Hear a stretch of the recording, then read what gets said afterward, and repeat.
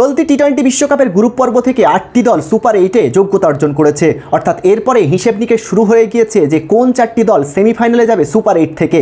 অর্থাৎ এরপরে দেখা গিয়েছে যেখানে দুটি গ্রুপে ভাগ করে দেওয়া হয়েছে সুপার 8 পর্বে। সেখানে গ্রুপ 1-এ রয়েছে ইন্ডিয়া, অস্ট্রেলিয়া, আফগানিস্তান, বাংলাদেশ এবং গ্রুপ 2-তে রয়েছে ইউএসএ, ইংল্যান্ড, ওয়েস্ট ইন্ডিজ এবং সাউথ আফ্রিকা।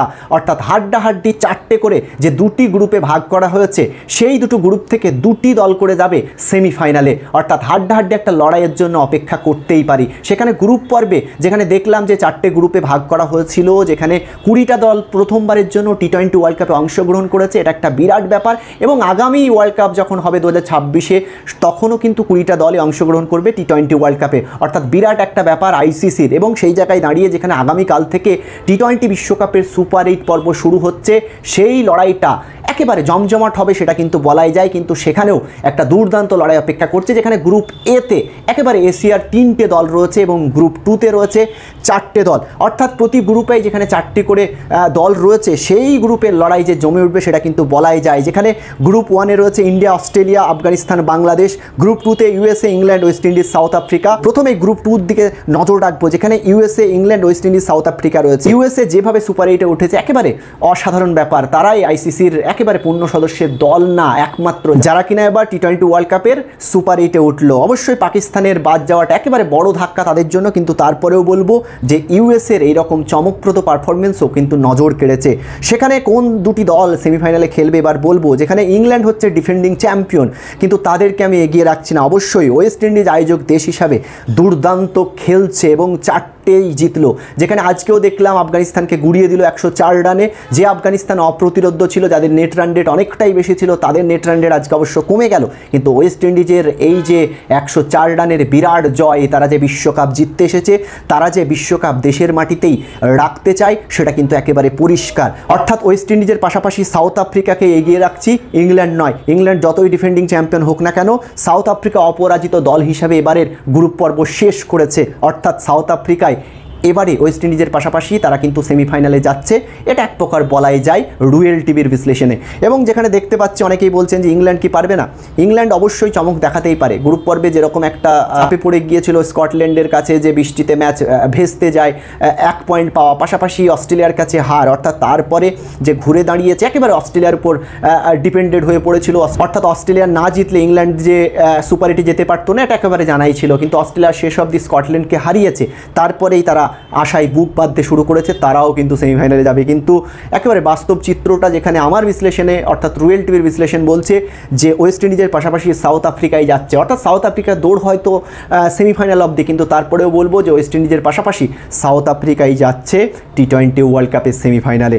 এবার আসবো গ্রুপ 1-এর কথায়, যেখানে 4টি দল রয়েছে। 3টে রয়েছে আবার এশিয়ার দল, ইন্ডিয়া, আফগানিস্তান, বাংলাদেশ এবং অস্ট্রেলিয়া। যে অস্ট্রেলিয়ার কাছে ভারত একেবারে মুখ থুবড়ে পড়েছিল গত বিশ্বকাপে, ওয়ানডে বিশ্বকাপে দেশের মাটিতে। অর্থাৎ সেই হারের ক্ষত কাটিয়ে যোগ্য জবাব দেওয়ার এবার সময় এসেছে রোহিত শর্মার দলের। অর্থাৎ লড়াই কিন্তু জমজমাট হবে। অর্থাৎ ইন্ডিয়া যেখানে প্রতিটা ম্যাচ জেতার সম্ভাবনায় বেশি রয়েছে, আফগানিস্তান বাংলাদেশকে হারিয়ে দিতেই পারে। পাশাপাশি অস্ট্রেলিয়ার সঙ্গে ম্যাচটা কিন্তু লড়াই হবে। অর্থাৎ এই জায়গায় কিন্তু ঠিক হয়ে যাবে যে গ্রুপ টপার কে হবে।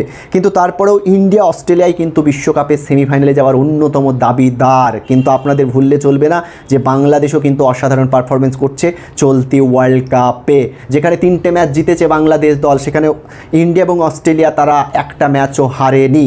এবং আফগানিস্তানও আজকে ওয়েস্ট ইন্ডিজের কাছে হেরে গেল। অর্থাৎ বাংলাদেশ কিন্তু দুর্দান্ত লড়াই করেছে, যেখানে অবশ্যই চিন্তার কারণ রয়েছে। বাংলাদেশের বোলাররা হয়তো দুর্দান্ত ছন্দে রয়েছে, কিন্তু ব্যাটারদের পারফরমেন্স একেবারে চোখে পড়ার মতো নয় ভাই।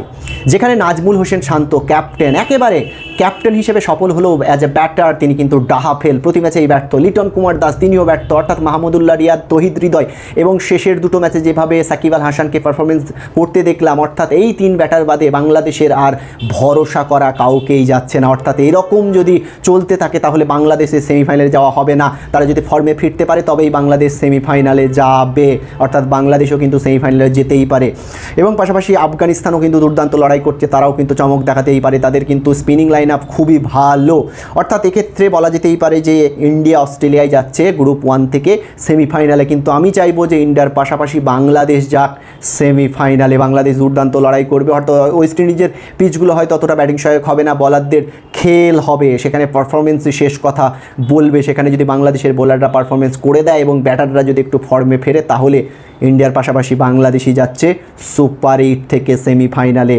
অর্থাৎ বোঝাই যাচ্ছে আমিও চাইবো যে বাংলাদেশ ফর্মে ফিরুক এবং ইন্ডিয়ার পাশাপাশি বাংলাদেশও যাক সেমিফাইনালে। আগামীকাল থেকে সুপার 8-এর লড়াই কিন্তু শুরু হচ্ছে, যেখানে প্রথম ম্যাচ 19শে জুন, অর্থাৎ আগামীকাল দক্ষিণ আফ্রিকা আমেরিকার রাত 8টায়। তার পরের দিন 20 জুন ওয়েস্ট ইন্ডিজ ইংল্যান্ড ভোর 6টায় মুখোমুখি হচ্ছে, সেদিন রাতে। এবার ভারত আফগানিস্তান রাত 8টায়। 21শে জুন অস্ট্রেলিয়া বাংলাদেশ ভোর 6টা, ইংল্যান্ড দক্ষিণ আফ্রিকা রাত 8টা। তার পরের দিন ওয়েস্ট ইন্ডিজ আমেরিকা ভোর 6টা এবং সেদিন রাতে ভারত বাংলাদেশ, অর্থাৎ বাংলাদেশকে পরপর 2 দিন ম্যাচ খেলতে হচ্ছে। এটা একেবারে আইসিসির কঠিন চাল। বাংলাদেশকে ফাঁদে ফেলতেই কি এরকম সিদ্ধান্ত, সেটা নিয়ে কিন্তু অভিযোগ করছেন বাংলাদেশের সমর্থক থেকে সে দেশের ক্রিকেটাররা। অর্থাৎ কেন এমন সিদ্ধান্ত নেওয়া হবে সেটা কিন্তু রুয়েল টিভিরও প্রশ্ন। রুয়েল টিভিও কিন্তু প্রতিবাদ করছে। অর্থাৎ বাংলাদেশ কিন্তু কঠিন একটা চাপে রয়েছে, যেখানে এইরকম একটা প্রেশার সিচুয়েশনের ম্যাচ কিভাবে ধকল নেবে, কিভাবে চাপ সামলাবে, সেটাই কিন্তু সবচেয়ে বড় প্রশ্ন।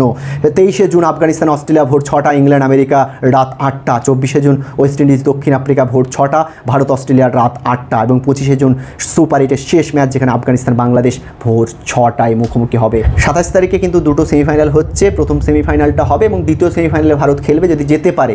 ভারতীয় দল অর্থাৎ ভারতের জন্য রিজার্ভ ডে থাকলেও প্রথম সেমিফাইনালে যারা মুখোমুখি হবে তাদের জন্য কিন্তু রিজার্ভ ডে নেই। এখানেই কিন্তু একেবারে ভারতের যে ক্ষমতা, ভারতের যে প্রভাব, আমাদের দেশের যে প্রভাব, সেটা কিন্তু একেবারে বোঝাই যায়।